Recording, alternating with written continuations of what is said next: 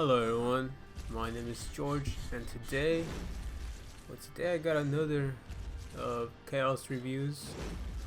This time I'll be talking about kind of like, I wouldn't say the most recent game I'm playing, but just a game I sort of I played it, and then I was hooked on it, but then I got sidetracked with it's like some Borderlands event that's going on right now. But I finally got around to finishing this game, and so I'm ready for a review on it. So the game is called Blasphemous. It's named Blasphemous. It's on sale right now on PS4 and Steam, I believe.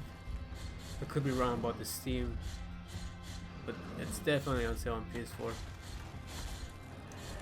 Now, let me go into the story of this game. So you're kind of like this. The story reminded me a lot of Dark Souls in the sense that you're kind of like what you would call what's it called, I don't want to say that. I don't know what I'm reading. I don't know what's the name. But in this game, I think you're kind of like a forsaken knight, I guess. And you sort of gain your body, and you have to go and cast out the evilness within what's going down, like I guess like this monastery in a sense. This monastery is corrupted, and it's up to you to kind of put an end to it and the cycle. And so that's the story. It has it's kind of like, I kind of want to say like Italian. It's got Spanish words. Like right now you're seeing tres angustias. I think angustia means anguish. I don't know. I'm just making stuff up, but it's got like Latin enemies and items, so it's kind of has like some religious backstory to it, which is great because it kind of twists it into wicked, corruptedness, despair, stuff like that. Like you see, like the towns are destroyed, and it's all because this monastery this monastery corrupted itself, and now it's affecting everything. So that's story. Gameplay.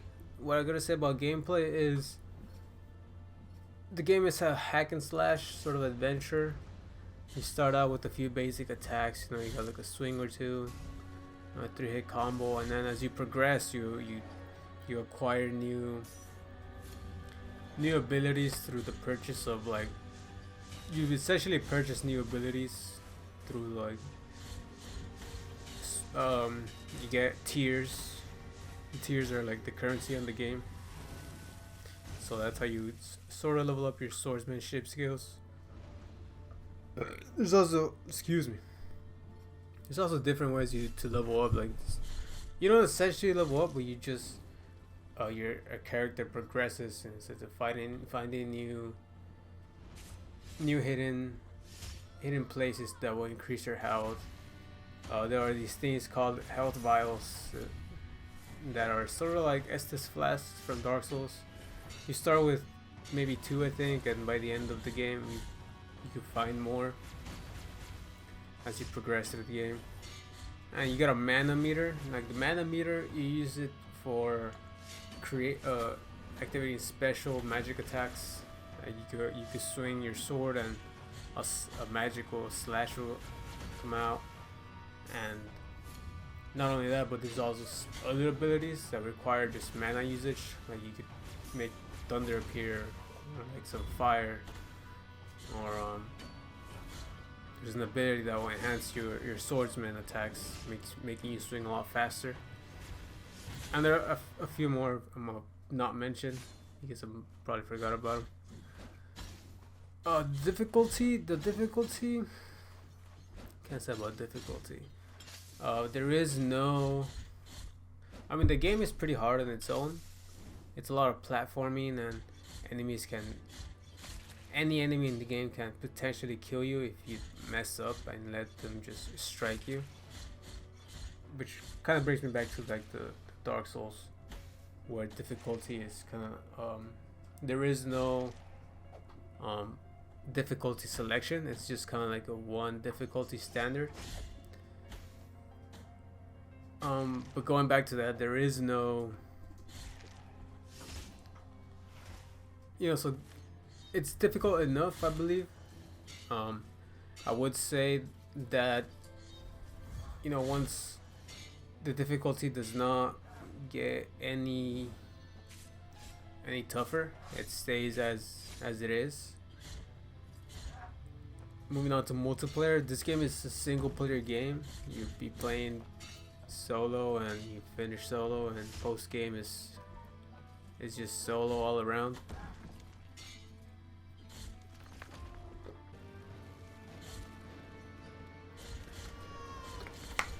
Excuse me. Alright, I have to drink some water. So post game, let me get into post game before I just talk about the things I liked about this game.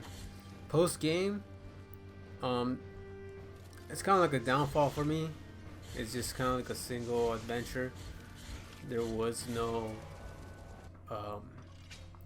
no new game plus. Essentially, once you beat the game, that is it. You could play the game multiple times, which is what the game encourages you to do. Because there are multiple endings to it. I unlocked one, and I'll show you later. So there are multiple endings, and I like the fact that there is just a ton of collectibles. There's a whole storage room where there's just items that need to be collected, which are pieces of like bodies, like body pieces. You can find the phalanx of this monk or something, the femur of this other person, and you just collect and you store them in this like gallery. And I'm assuming you get something towards the end of it. No, I didn't. Not that I didn't want to bother getting all the items. I just sort of beat the game without me knowing I was about to beat the game. So that's the post game. Like, what you could do. Well, as right now, I'm currently playing the game again. I'll show you towards the end of it.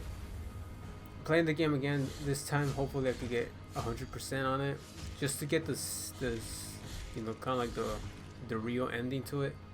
Because I was disappointed how my first ending turned out. It just kind of left me like a sour taste. But it's kind of like what I deserved for just rushing through it. Not really rushing through it, but just going to my inner knowledge of, wait, hold on. I mean, I know there's another upgrade lurking somewhere. And there are achievements or trophies that I was sort of wanting to get, but just couldn't do it in the first try.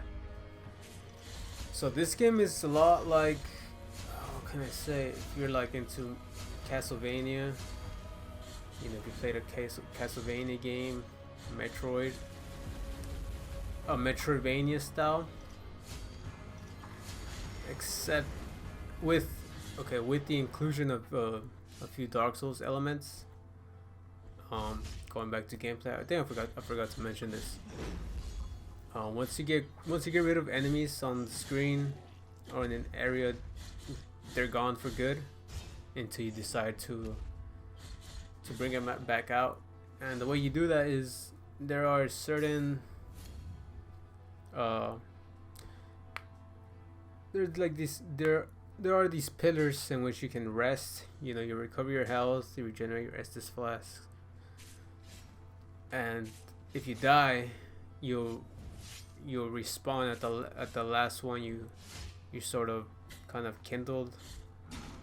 It's kind of, it has this Dark Souls element to it, you know, where you can rest at a bonfire and the enemies will spawn, and that's kind of like the risk you're willing to take, right? If I could rest here, but now I gotta go through all this previous area again, kill all the enemies, so that I could now proceed. But now hopefully I can have a little bit more health, which will help me. So that's kind of what I was going through this game. It's got, so that's a Dark Souls aspect to it, and maybe the difficulty is also Dark Souls like. This game could be pretty brutal sometimes. The enemy designs are pretty good. I mean, the boss fights are exciting, they're thrilling, you gotta learn. It's very quick pace. It's a fast pace sort of slasher. There's obviously the like these bigger enemies, and it's for a good reason, because if they swing, they're gonna do tons of damage. They could potentially send you flying and wombo combo you into a death drop.